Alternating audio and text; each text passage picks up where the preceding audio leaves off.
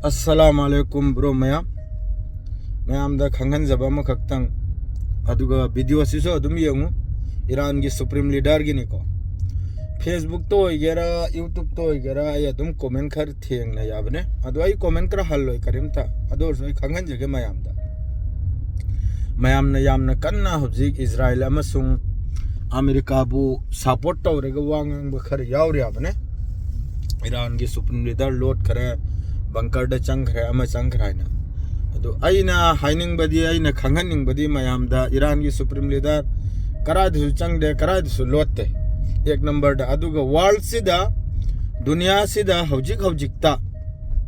America ओइगेरा Israel ओइगेरा जो Europe की मपांगल कल्ली हाइना तौरिबा मखैसी की ममांगदा ngak thangat lega face to face lan की मफम दो गेरा डायलॉग की मफम दो गेरा जैसा की मफम दो गेरा ngak thangat lega lai risi hojikta alhamdulillah Iran खक्तने सी मयाम का बिगनो 12 days war ओइगेरा अतोप war ओइगेरा जैसा war जो हजिक तवनगदौरिबा war सिदसु कुनो दिन द ईरान लो लोय ईरान लान थेंगनगनि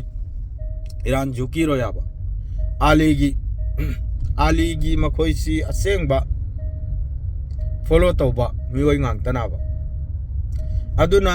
नत्त पादबा कमेंट पीबी गनु प्लीज आई मयाम दा रिक्वेस्ट तौ जरिमनी करिगे दी इंडिया ओइगेरा इंडिया दा 50% तारीफ अमेरिका ने लगाय रखपदा अखोइगी कैनोम कुलबगुम कुल खरिमनी दो मयाम खंगी दुनी दो अदुम तौदना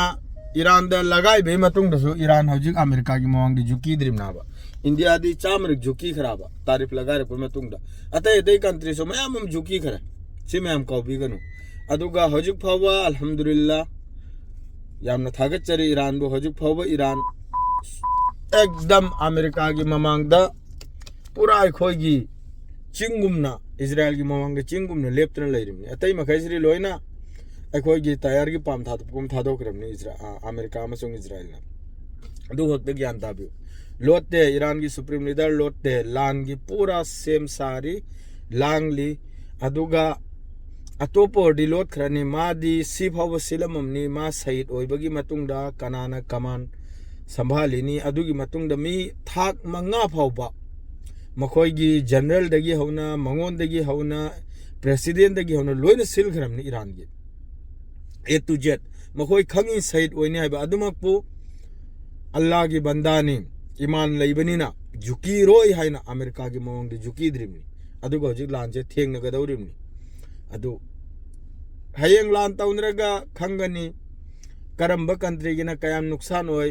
अखोइगी देश की ना कयाम नुकसान होय थंगनबा देश की ना कयाम नुकसान होय असुलोइन उभंगना बे स्ट्रेट ऑफ हार्मस आहे ईरान ने थिंगजल हुई मतुंग दोले मक्सु ज्ञान तानाबा अदुना नतबा कमेंट तो बिगनो प्लीज शेयर के लोइचरे।